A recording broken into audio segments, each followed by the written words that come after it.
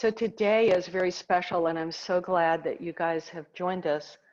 The rest of you is that Sherry and Jill and Mary, this is their graduation day. They have finished 8 months of study and practice, and they did their last practice teach yesterday, and it just blew my socks off. See, I don't have socks, they're totally gone. But but they have devoted their time, their energy, their attention to this practice, and it's been such an honor for me to be with them during this journey, to co-learn with them. I've learned a lot, they've learned a lot, we've taught each other a lot. So that word devotion. So sometimes people will shy away from the word devotion. I maybe would be in that category because it either reminds me of this total devotion to another person, and I'm always a little bit too hard-nosed to go to that place. Although I'm devoted to my children, I'm devoted to the people I love, but I have problems with that, and it also smacks of religion. So there are some of us who have been vaccinated there, and we just have trouble with that, but others feel very strong in their faith. And so, you know, we just all have a different reaction to that.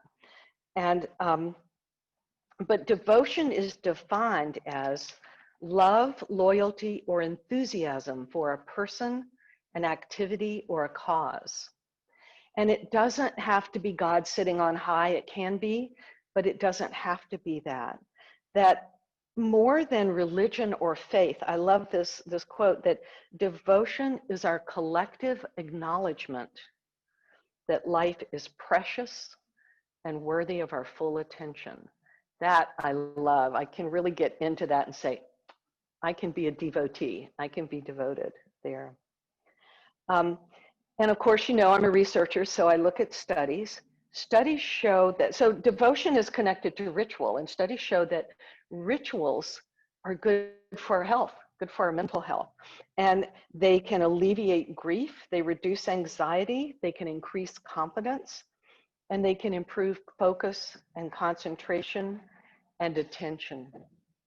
So, you know, there's the rituals, and sometimes there's empty rituals, like, not empty rituals, but ones you do. So if you were raised in a religion that had strong ritual, you would just kind of go in and not really think about it, to where it's no longer fresh.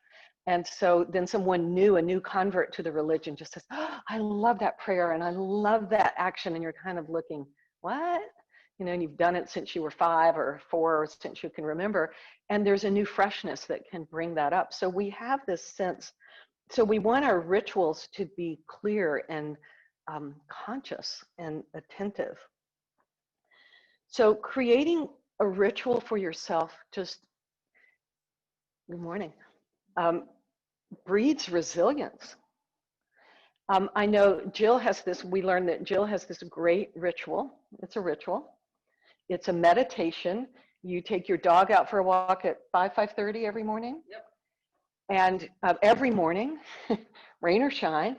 And she's talked about how it's quiet then, and she gets to listen to the nature sounds, that the surf of engine noise has died down. It hasn't quite picked up, and there's a sense of connecting. So she has her dog she loves, and the walking, and making the walking more conscious, more devoted, because otherwise there can be a hole in the road and you just fall out, which you've done. So that's where we want our rituals, you know, devoted to that ritual. And I would say you're really devoted to that ritual. It's something you do, unless you're ill, or out of town, it's something you do. Don't like people coming up and chatting and, hi, how's it going? And what's happening, Tacky the penguin? Yeah, right. So we have other rituals. So brushing the teeth is a ritual. It can be a mindless ritual, or it can be a mindful ritual. It depends on where you put your devotion. So Stephen Cope, he's an amazing teacher, yoga teacher, and a writer. He has some great books, COPE. And he says that anything you do again and again in your life has the potential to become a ritual.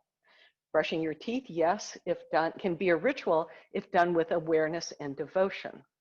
Washing the dishes can be a ritual. So we have all kinds of rituals in our lives. But we have to be careful that it doesn't become sort of this dull habitual place. So we don't let our devotion become this that we repeat and don't pay attention to. And devotion in the yogic sense is, they call it bhakti yoga. So it's the yoga of the heart. And so we celebrate, today we'll do devotion in motion. So let every movement you do be a prayer, be a celebration of the fact that you can move, and that we are devoting this particular practice to the celebration of these three people who have done an amazing Herculean job, particularly during this crazy COVID time. We've figured out ways to still press on regardless. And what? And succeed, not just survive, but thrive, right? Total success. And when we place devotion into motion on and off the mat, we move the body like a living, breathing prayer. I love that concept. And, you know, we studied that prayer in that breathing book, James Nestor, he said, prayers help us regulate our breath, and regulating our breath is healthy for us. It regulates all of our other systems. So this is going to be a healthy, a wellness prayer. And when we do that, we live into and out from the heart with clarity, consciousness, and we create a life that we're proud to be devoted to. So at the end, we want to come the end of our life, we want to say, I devoted myself to something.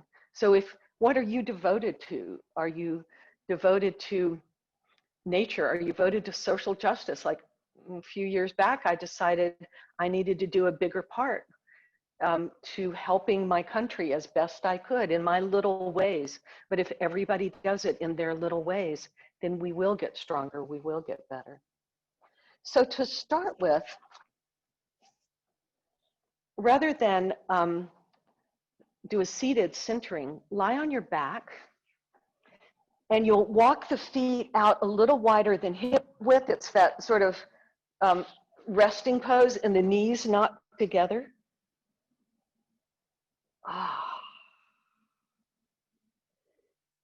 So the toes turn in slightly.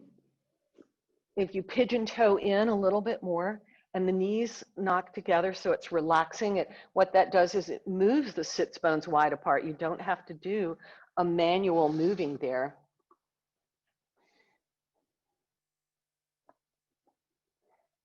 And contemplate the questions of what blocks your experience of devotion?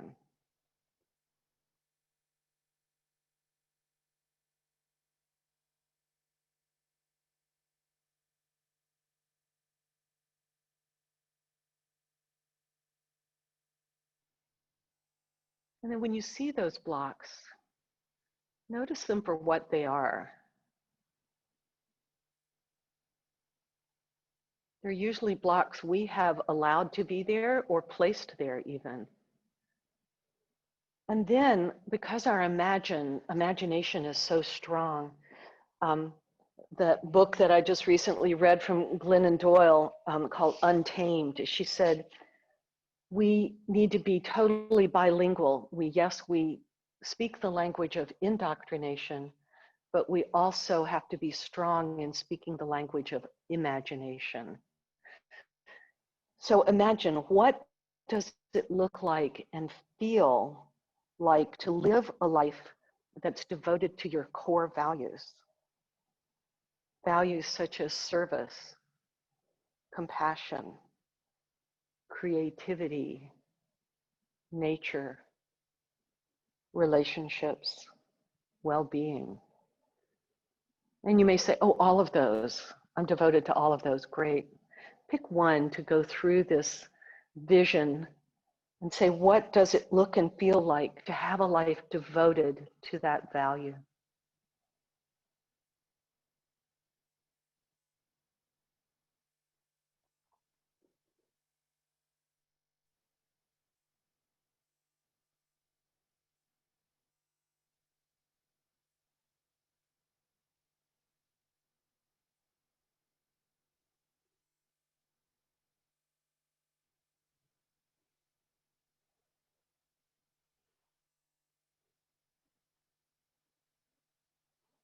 And then slowly we'll shift to a diaphragmatic breathing on your back.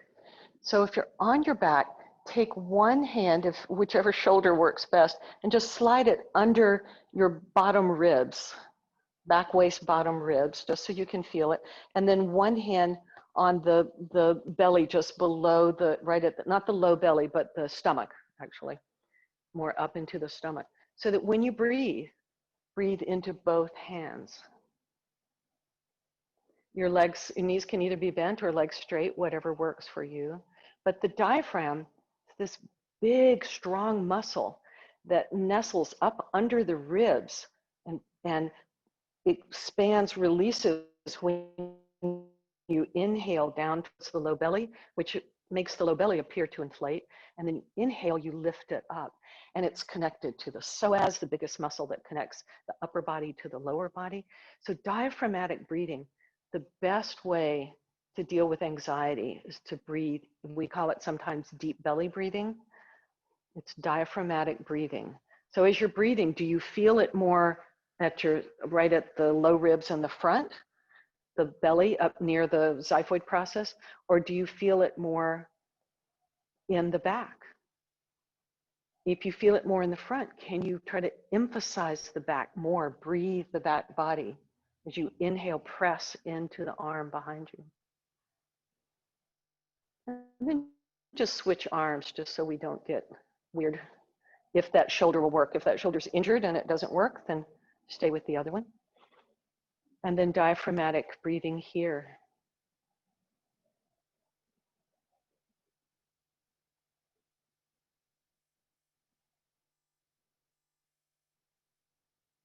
And you can certainly do this sitting up, but it's easier to find it here. The breath. Once that gets all wonky, nothing in your day is going to feel right. So if the day starts to feel like it's getting out of control for you, find a way to do some diaphragmatic breathing, even if for 30 seconds in a closet. And release the arms, roll to your side, and come to hands and knees.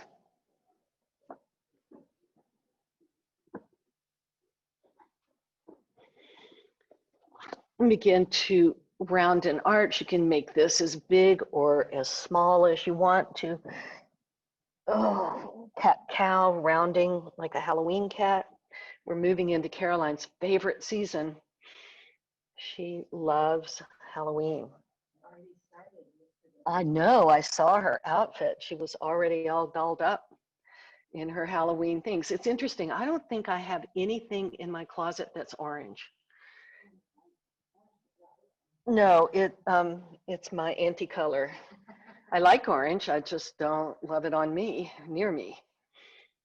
I think it's always fun, like Caroline and I are kind of opposite ends of the age spectrum. And you couldn't find anybody that dislikes Halloween more than me, I think. Maybe you could, but Jill says she's fighting me for that spot. But I love that she loves it. It just gives me joy that she loves that. All right, the next time you come through table, lift your right knee, cross it behind the left, walk your feet out a little bit, tuck your toes. And now from here, make circles with the hips. Oh yeah, yeah, that was the right answer. Somebody went, ooh. Well, that's interesting. You snug up the knees as close to each other as is possible. So you kind of have a tight cross. And then rotate the other way if you haven't already. And notice what's going on there.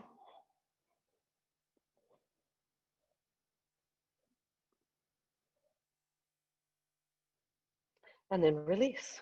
Remember which leg was behind. It was the right leg for most of us. If you switched up, that's fine. Just keep track of it. And then lift your left leg, snug it all the way in behind you, and then walk your feet out a little bit, tuck the toes, and circle here one way. You may find that the back knee comes off the floor when you're doing the circle, which is fine. Just notice.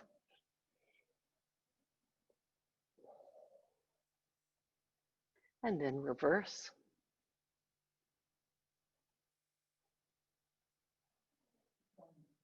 What?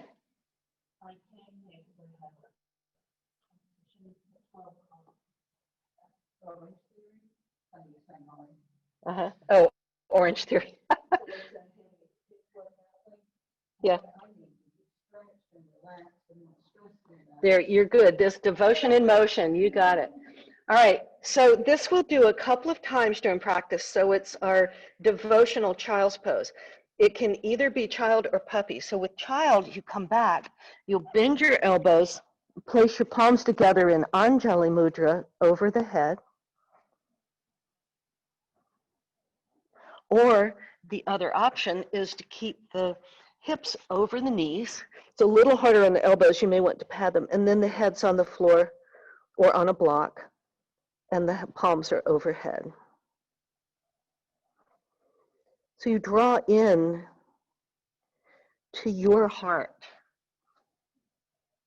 You dedicate your practice to the changed person you've become. We've all been changed, but particularly our graduates. They have gone through metamorphosis, the chrysalis to the butterfly.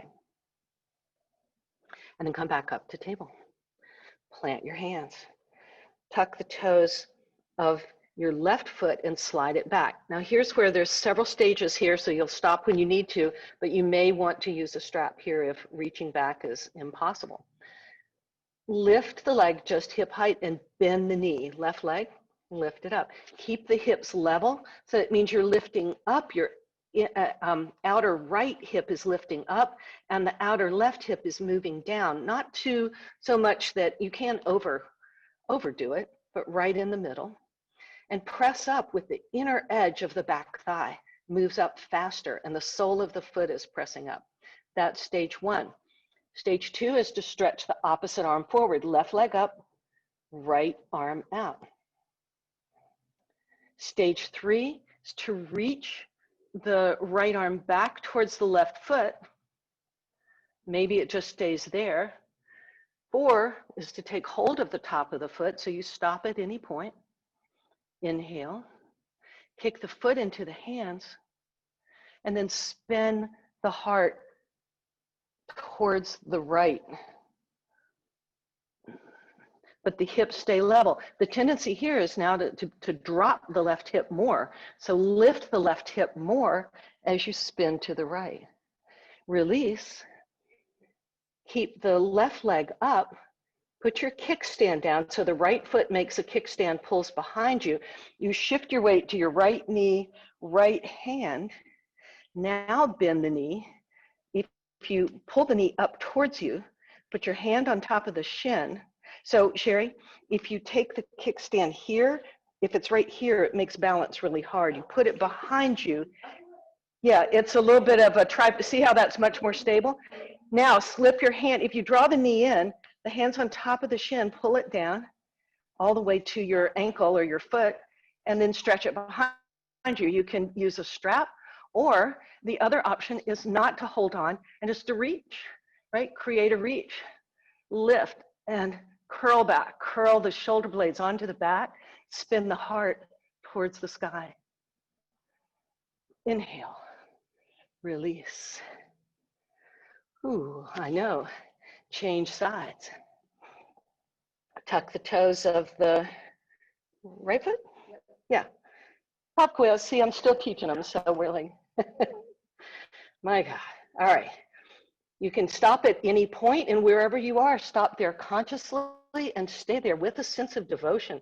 Inhale, lift the right leg, just hip height, foot is flexed. inner edge of the right thigh moving up towards the ceiling as the outer right hip's moving down. It's a balanced action. Stretch the opposite arm forward. It does help with stability if you keep your left toes tucked, the down leg tucked, and then reach back. So first, bend the right knee, press the hamstring side of the hamstring up towards the sky, and the sole of the foot, stretch the left arm forward, then reach back. You can stay here, just reach back. Lift your belly button into your spine so you're not dropping the belly. Then if it's doable for you, take hold of the top of the foot, kick the foot into the hand, and the hand pulls back, and you begin to open towards the left.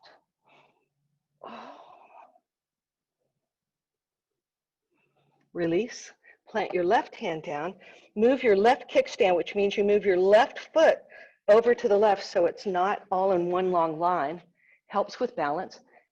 Then bend the right knee, so it's kind of like doggy at fire hydrant, male doggy. Draw your right knee up towards your chest, place your hand on the top of the shin, slide it down, and then lift. Claw the floor with the hand, lean there. That's your stability, so you have mobility to open. We've heard that today. That's one of Sherry's lines from her occupational therapy training. I love it. Stability facilitates mobility. And release. Come into your devotion, child or puppy pose, with the palms overhead in a prayer.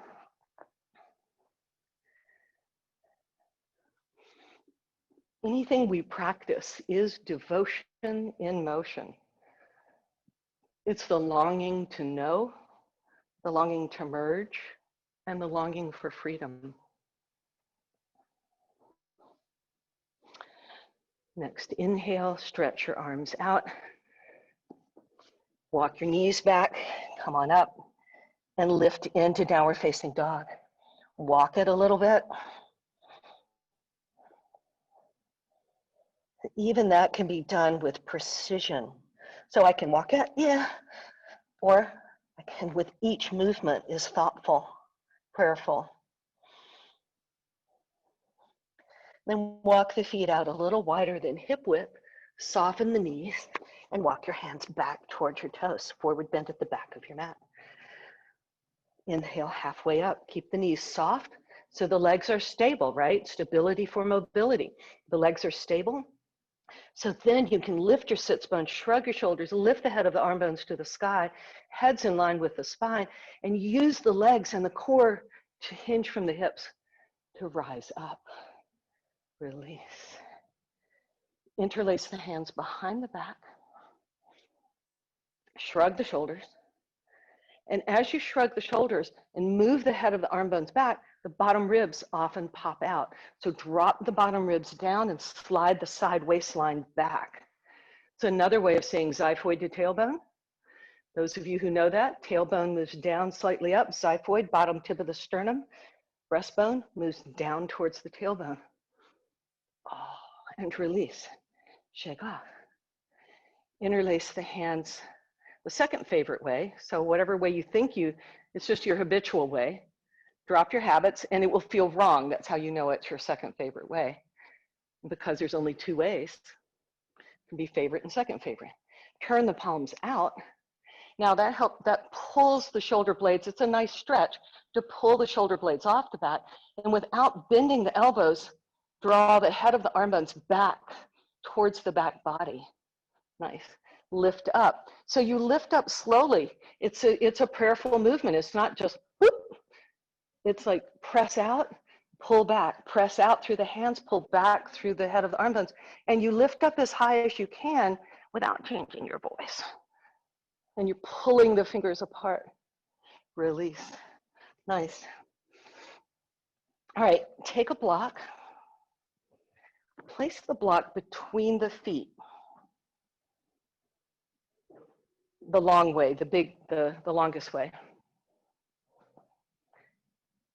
Lift all 10 toes, connect to the four corners of the feet, and hug the block.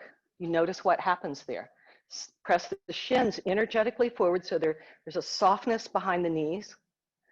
Hug in. I feel it all the way up the inner edges of the thighs. Not intense, but I feel it. And then keep that inner thighs move back, tailbone lengthens so the legs aren't locked, but you're strong and steady. Stretch the arms up. The left hand grabs the right wrist. As you push down through the right foot, down from the core of the pelvis through the right leg, tilt over to the left. Yeah. Just cross my brain there. And breathe. Breathe the side ribs, the obliques. Sorry, I knew there was a word for the muscles, the side core. Now use the side core muscles to pull you up. Consciously press down through the legs and use the core to pull you up. Release, shake off. Inhale, rise up. Take hold. Now you're holding your left wrist with the right hand, so the left leg super roots, super grounds. As you press down to the left leg, arc to the right. So as much as the leg is pushing down, you're pulling the wrist out away from you. And then breathe the left ribs.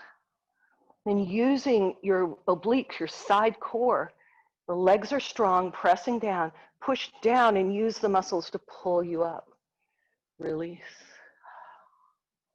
Shake off. Take the block. Put it in its favorite happy place. Yeah. All right. So this gives us this feedback of the inner thighs back. So imagine you're still squeezing the block between your feet. Micro bend your knees, press the shins forward. Inner thigh, take the block back. And then the tailbone lengthens, but the block doesn't push forward.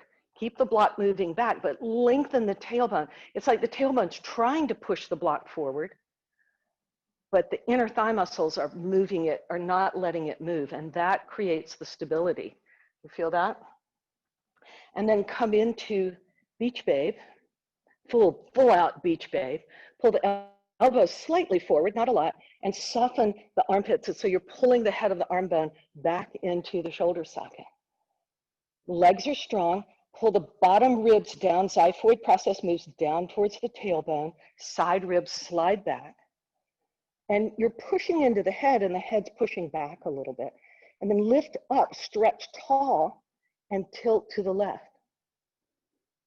So it's even. You're not dropping the top elbow. The top elbow is still in relationship. It's not about how far you go, but with precision, with devotion, a sense of how can this be a prayer? It doesn't look like a prayerful stance. And using the legs, using the side obliques, push down to rise up. Cross your fingers the second favorite way if they're crossed behind your head. If they're just holding, that's fine. Pull the head of the arm bones into the shoulder socket. Press down through the legs, reach up through the crown of the head as you tilt to the right. You're stretching. So while you're stretching out through the elbows, you're still pulling into the shoulder socket. With the inhale, press down, rise up, shake off. Second round of this is bend your knees, but shift the weight back. So the knees are not forward. It's like a little mini chair pose. And then arc the upper back so you're trying to pull back. So you won't go down as far. If I go down too far, I have to tilt forward. So you go down far enough, we're just gonna crank up the quadriceps is what we're doing. All right, push down, hug the imaginary block between your feet. Take the block between your thighs back and then tailbone down. Lift the chest. And now let's start to the right first. So tilt to the right without dumping the hips. Oh. Keep the connection in the legs. Use the legs. The stability of the legs allows you to press up and come upright. Recross if you've crossed your fingers. And then press down as you reach up and over to the left. Anybody's legs starting to whine? Even just a tiny little bend, doesn't have to be deep. Inhale, rise up. Huh? You shaking? Absolutely. Shaking means that the Spirit of God has come upon you, right? All right. Come to hands and knees, have a blanket under your knees, and you may want a block near you. Step your left foot forward. Wiggle the back toes back. Keep the back toes tucked. Hands to the front thigh. Scissor the legs in. Inner thighs move back. Tailbone lengthens. And with the left hand on the left thigh, stretch the right arm up and come into half beach babe. Push the head into the hand. Stretch the elbow towards the sky, not out to the side, but up and over. Curl back, curl back. And then shift your hips just a smidge forward. Feel a more stretch on the back of the quadricep, the back leg, top of the thigh of the back leg, the quadricep. And then release. What? Yeah, that thing that's screaming right now. All right, for this one then, let me turn around. Hands down on the floor. So there's stages here. You may use a belt for this. You may not try to hold on at all. Bend the back knee, flex the foot. This may be where you stay, so you would come back around and straight. If you're reaching for it, stay off to the right. Take hold of the foot. Seeing a little theme going on here. And then bring the left forearm to the top of the left thigh. Or it can be on a block on the outside of the front leg. Press into the top of the thigh with the left elbow and curl back. Kick it, curl it, breathe. How do you make this a prayer other than like, please God, stop? Oh, but doesn't it feel great that we can do this? And release. All right, change sides. Right leg is forward, left leg is back. First, Anjaneyasana, just a deep knee down lunge. Scissor the legs, inner thighs move back, tailbone lengthens. Xiphoid moves down towards the tailbone, bottom tip of the sternum. Slide your side ribs back. And then hug the shoulder blades on your back and curl up. Right hand stays on the top of the right thigh. Stretch the left arm up, plug the head of the arm bone into the shoulder socket and come into half beach babe on this side. Push your head into your hand, the hand into the head. Let that be a nice connection, a good hug. Hug the elbow in close towards your ear and stretch the elbow towards the sky as you let your hips shift forward a smidge. Not so much that you feel your low back, ping, but that you feel the back quadricep ping, not ping, but you feel it. And then release the hand. Walk the hands over to the left a bit. Bend the back knee. So you can come here and come to this. I find this almost harder because I have to keep balance a little more. So it's same hand, same leg. Left leg, left hand. Take hold. Come back to center. You can have a block on the outside of the right foot, or place your elbow on the top of the thigh, press down. That gives you some stability there. As you press the feet in, the front foot into the earth, then kick the foot back and stretch up and release. Downward facing dog. Oh, I know, right?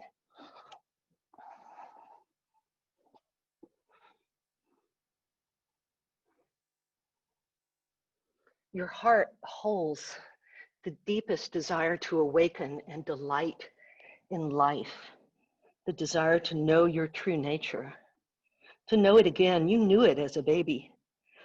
We just sometimes start to cloak it early. Shift forward into plank, lower all the way down to your belly. Stretch your arms out behind you. Shrug the shoulders, lift the head of the arm bones. Stretch the legs long behind you. Click all 10 toenails down on the floor. And on the inhale, lift the upper back, the torso.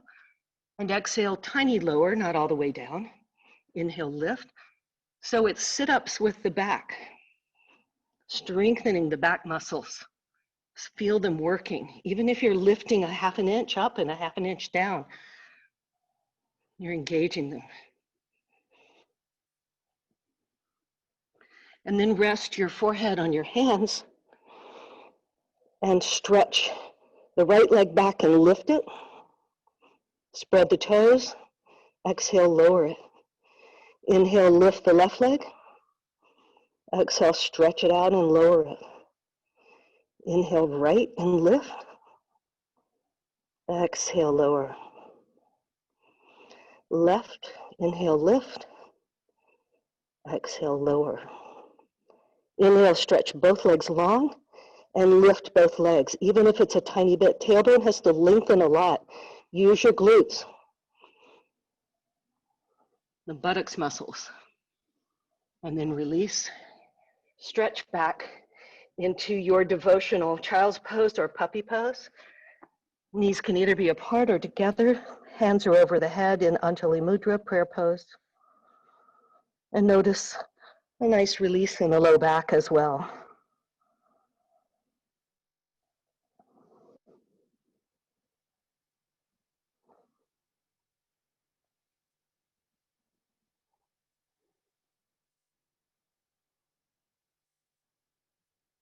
And then inhale, come back up.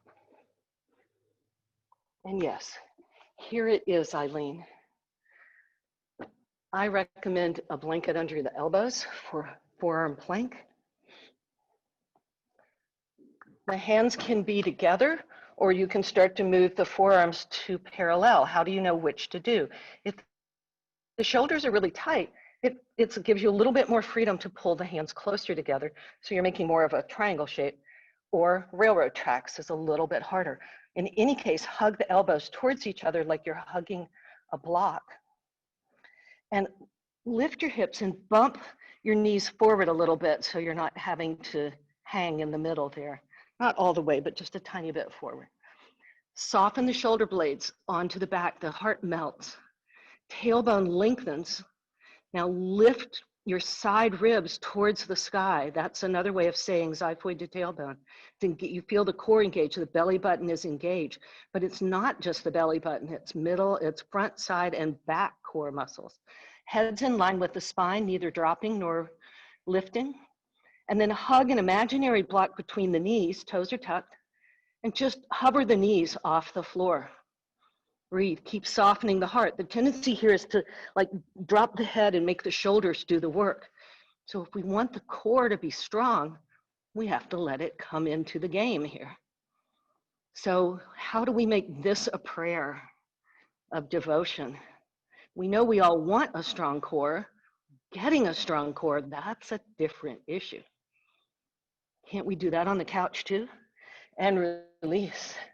Rest your forehead on your hands. Can windshield wiper the legs. And plant your hands. Tuck your toes. Downward facing dog. Ooh, dog's feeling like a resting pose about now too. Nice big stretch. The heart's moving back towards your toes. As the inner armpits, find those, right up where the shoulder meets the armpit and the front of the chest, lift that up towards the sky as the heart moves back towards your toes. Whee. And softening your knees, walk your hands back towards your toes, forward bend at the back of your mat. As deep a forward bend as you want, half forward bend, otherwise known for the ladies as public bathroom squat. The back is long, knees are bent, but not over the toes. The knees are staying back behind the ankles. Sits bones are lifted and the pelvic floor widens. Or full forward bend. Oh.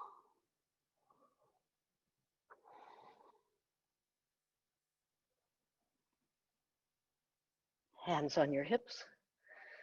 Soften your knees, shrug your shoulders, lift the head of the arm bones, and on your inhale, rise up. And release.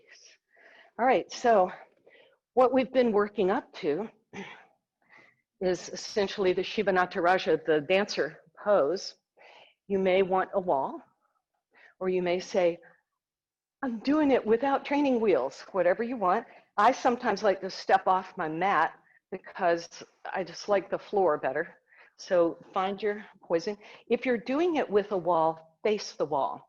So if I face the wall, show it, then I can square my shoulders to the wall. If I'm to the side, I will tend to like wonk out just a little bit more. So face the wall if you want to, and then stand ready. And you're about if you're facing a wall, you're about an arm's distance. Your fingernails are just touching the wall, and you're far enough away that your fingernails with the hand extended just barely touch the wall, because you will get closer. So stand ready, Tadasana, arms at your side. So this is the dancer pose, the true devotion in motion. Shiva, he's in constant motion, and yet he is the stillness, the one collective consciousness, if you think of it that way. He is all. Then Shakti comes along, and she is the creative expression. We are the Shakti of Shiva. We are the manifestation of that one consciousness. It's enough for a Sunday. Shift your weight over to your left foot. Connect with the four corners of the foot. Press down evenly. Notice if you have more weight on one side or the other. Distribute it evenly across the foot. And then lift up from the four corners of the feet all the way into the pelvis. Shift as you bend the right knee, and lift the knee and reach down and take hold. So you can take hold with a strap. You can pop it around you, spread the toes, and then drop the knee back down to meet the other knee so it's in line with the other knee. If the foot's hanging out to the side, you want to pull it back behind you. And stretch your left arm forward. Pull the head of the arm bone back, and now your fingertips are just probably not even touching the wall here if you pull the head of the arm bone back. Walk your fingertips a little bit up the wall, or the imaginary wall. Kick your foot back, and you're walking up the wall, not down the wall. Fingertips walk up even as you're tilting forward. So you can touch the wall for balance. Just walk them up the wall. Nice.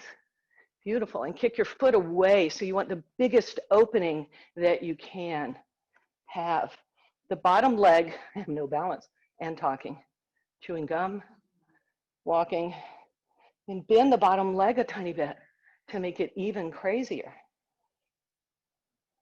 And release. Woo! Full dance of life. Yes, right? It's warming us up. So life right now, I don't know about you, maybe your life's just calm and you're just happy with the way everything's going out in the world. But me, I'm a little bit in turmoil. I would say a whole lot. So we dance the life. That's what Shiva teaches us. It gets rocky, it gets wild, it gets crazy, and you stay steady as you dance. Steady does not mean stock still. It just means steady, right? Side B. You're reaching out for the imaginary or real wall. You're just barely touching it. Pull the shoulder blade back onto the back. Pull the head of the arm bone back. So you're just not even touching the wall or barely. Shift your weight to your right foot. Now, if you lift the left knee and slide your hand down, or you can lasso it with a belt, or you can do it without taking hold. It's called flamingo at that point when you're not reaching back and taking hold. Kick the foot back. Walk your hands, fingertips up the real or imaginary wall. As you tilt forward, the fingertips go higher. Tilt forward, the fingertips go higher. You feel the difference there than if you just think down. It's much more beautiful. It's gorgeous. Ooh, you guys look good on screen and off. Oh. And with a prayer, next inhale, release. Great job. Shake off. Nice. Melt your way to the floor. Wicked Witch style. I'm melting, I'm melting. Sit up on a block, or blanket, sorry, and stretch the legs long. So seated twist, we'll do a seated twist. So all the rest of the class was trying to open us up, stretching the front bodies, the quadriceps on the front of the body, little progressive back bends, reaching back. You saw we were building up to this.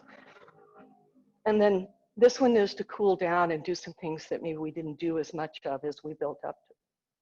So seated twist, a version of called Matsyendrasana, Lord of the Fishes pose.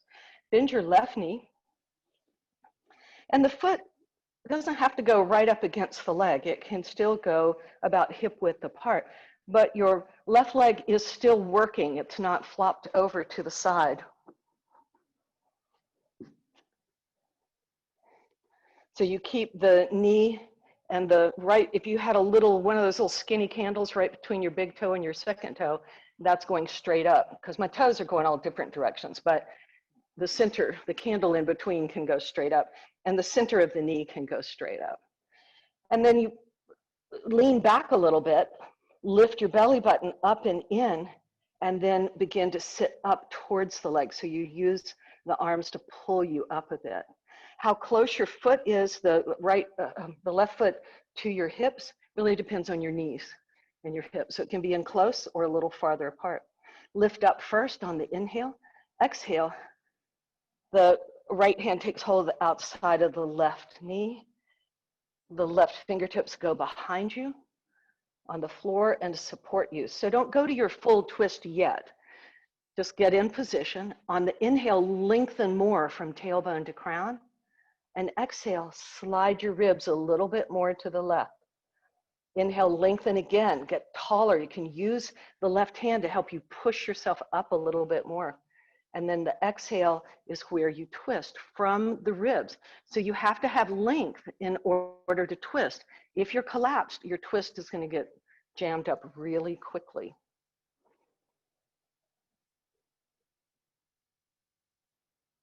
And that Lord of the Fishes, boy, you know, he was a nature guy. So I know, I mean, I guess there's some people who feel more comfortable in nature than others, but how can you not like nature? Like, how can you not love to see a flower bloom or the trees, the sky?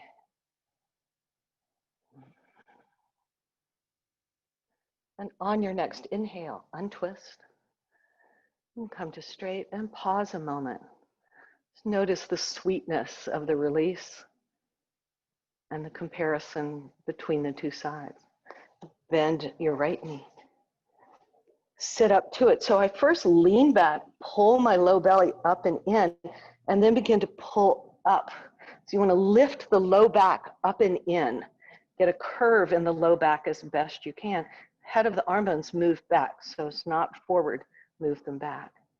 And then inhale, I like to take the hand and take the opposite ribs and just pull the ribs around a little bit, pull the belly around so it gets on the other side or towards the other side of the leg. So you're not into full twist yet, just enough to get you started. The right fingertips reach back to the floor or block. And with the left leg is still working, it sometimes goes, oh, I forgot. So you pull it back up, you recommit it. And then inhale, length first, then twist on the exhale. And lengthen on the inhale, twist on the exhale. When you do it slowly, the head is the very last thing to turn. If the head turns too fast, the rest of the body can't catch up. So it's really even better to not turn the head at all until the very last minute, and then maybe just cut your eyes to the left corner of your eyes, like you're trying to look around behind yourself. Maybe the head moves, maybe it doesn't. Stretch the eyes, the muscles around the eyes, and inhale, release, shake it off. All right, so we'll do another twist on the back, and this one is just the knees up, arms in a T position. So lie down on your back. Have a block near you, because we'll do a supported bridge at the end. Knees bent, feet together, arms in a T position. So you may want to take the block and put it between your knees, then put the arms back out in a T position, palms up.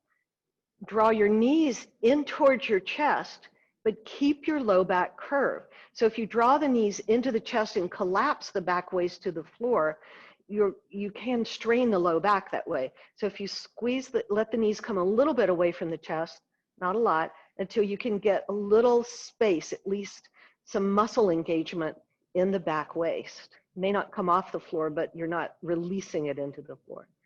Then keeping that, roll all the way to the right. So the right leg comes to the floor, but the left one is supported by the block. And if you need to turn the block up a notch, if your knees come farther apart than that, that's fine. The right hand rests on the outside of the left knee and kind of helps pull it out and over a bit. And then snuggle your left shoulder blade down onto the floor as best you can, even if that means giving up the top knee a bit so you can get all the way over. So it's a twist like a seated twist, only different. The legs are going off to the right and the ribs are moving towards the left. Inhale, kind of squeeze the block and take the inner thighs wide apart. And exhale, the tailbone goes down towards your heels as the ribs spin a little bit more towards the left. So exhale, you engage and lengthen. Inhale, and then exhale, you twist. Inhale, engage and lengthen. Exhale, twist.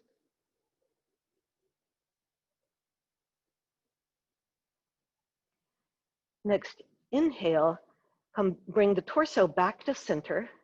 Take the block out and lift your left knee up first so that it's easier to rock onto your back. Place both feet down. Just notice the difference. Then place the block again. It may be at its narrow, it may be at its middle. This depends on how the twisting's going for you. Draw the knees as close to the chest as you can without collapsing your low back. Take the belly button down towards the spine, but the back waist of near the spine lifts up towards the belly button.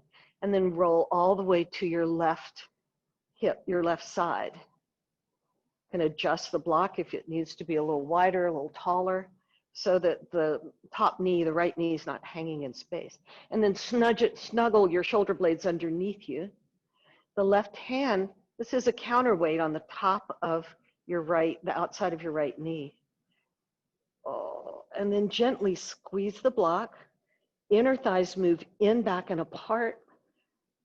And then the tailbone lengthens as the ribs start to move to the right. The head can roll to the right if it's comfortable, but don't force it. The eyes can certainly look around behind you. So you inhale and you re-engage a little bit. You're not trying to flatten the block with between your knees, but you're just hugging it. You know, all the hugs we've missed from everyone, it's the thing that's killing me the most. Can't just hug people. Random strangers, I know, it was fun. Just walk up in Whole Foods and tell them they look like they need a hug. Try that now, you'll probably be shot. And breathe. Didn't work so well before either for me either. Have a few restraining orders out, no. And then inhale, remove the block, lift the top leg first so you don't strain the back. Roll over on your back and place your feet down on the floor. So the feet are about hip width apart and just a slight little inner pigeon toe, a little inner rotation of the feet. The inner thighs move. Now the in for the inner thighs and back means they're moving towards your feet, and then widen the inner thighs as best you can energetically. I feel that in the core. I have to engage my core to pull the upper inner thighs apart. Then the tailbone lengthens mightily. So you're even engaging the core a little bit more. Lift your hips and slide the block right under your sacrum. And then once the hips are solidly on the block, bend your elbows, press down into your elbows to lift your shoulder blades a tiny bit so they can snuggle under you. Then tack the head of the arm bones back towards the floor. You get a big lift in the chest. It's a back bend. Then keeping that so the inner thighs are going back towards your heels, towards your feet, and you're widening the inner thighs. Tailbone lengthens, and bring one knee just over the hips and then the other knee so you fell over in a chair. Don't lose that beautiful lift of your gifts. So you're lifting your chest without popping the bottom ribs up. So the bottom ribs are still trying to knit down towards the pelvis as the sternum's moving towards your chin. Then your chin's moving a tiny bit away from the sternum just because it wants to flirt a little bit. Sternum says, wait, chin goes, nope. Just keep playing that little game. So I have a rich inner life. I have all kinds of little puppets that come up and have conversations. If that's crazy, then fine. And then if you can stop at any point, stretch one leg straight without moving anything. The jaw is soft, neck is soft. And then bend that leg and straighten the other. It's like a very slow kind of kick or bicycle. Oh, not even a bicycle, more of a kick. And then if it works for you, either do one leg at a time each side or stretch both legs straight as long as you don't collapse in the upper chest. A lot of times, if your hamstrings are tight or the low back's tight, you'll just roll and collapse. So it's better to keep the knees bent like you fell over in a chair than to stretch up.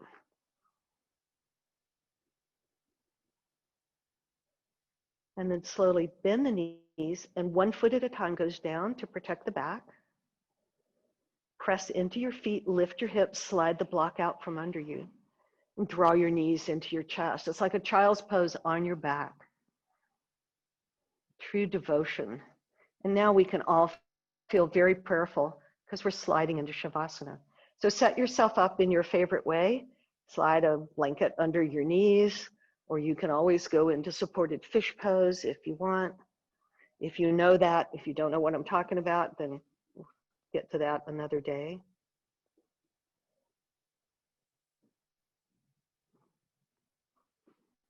And as the bones get heavy and sink into that far distant Caribbean beach we're no longer allowed to go to, and the skin, the muscles, organs all soften and release.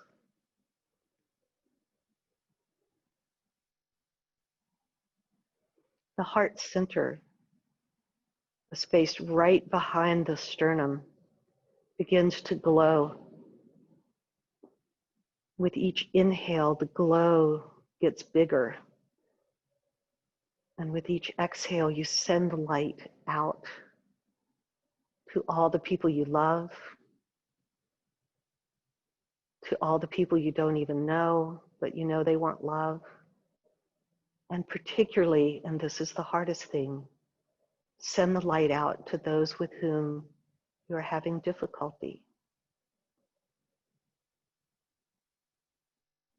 Because they need it more.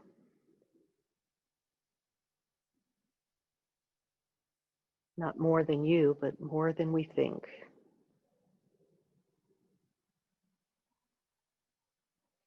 And swallow to soften the throat. Part your back teeth slightly. Part your lips slightly. Soften the jaw. If you tend to hold tension in the jaw, then wiggle it a little bit back and forth. Soften the ears and your temples. The eyeballs settle back into the eye socket as all the muscles around the eyes release and soften. The space between the eyebrows, the third eye center, softens all the way into the center of your skull.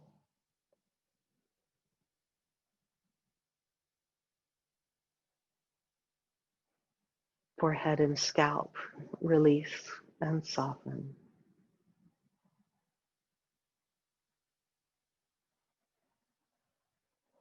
You just watch the breath go in and out, like you're just curious.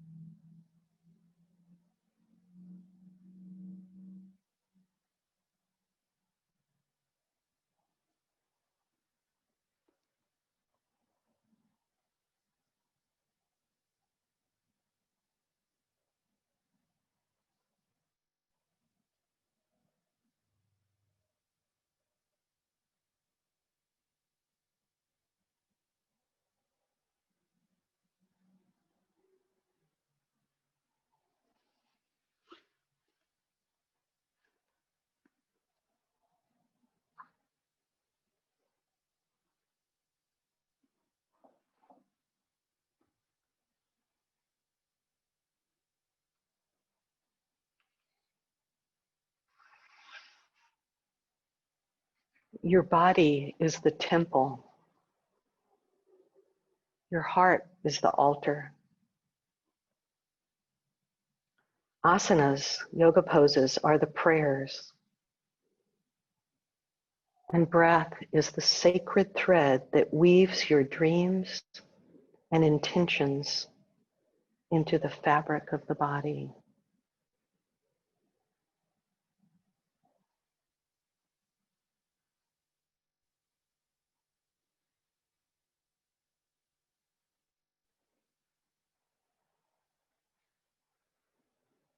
And gradually begin to deepen your breath.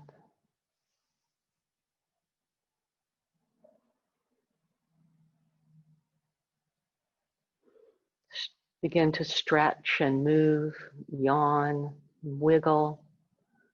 That luxurious awakening that happens like when you're napping on vacation and you have nowhere to go and nothing to do. Or on a weekend, and you just stretch as long as you need to.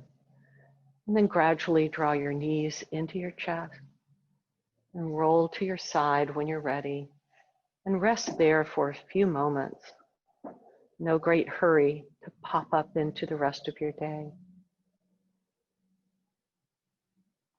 And rolling a little more towards the floor, use the strength of your arms to press yourself up to a seated position. And sit well, draw your palms together in front of the heart center.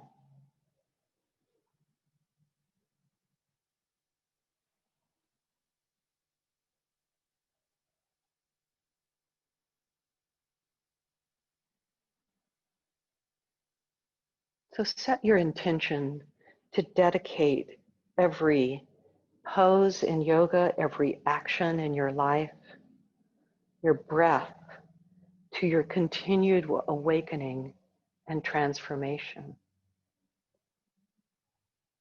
Namaste.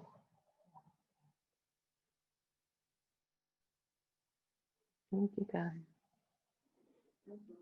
Congratulations, my loves. And I'm so glad that you guys were here for their graduation practice, Devotion in Motion.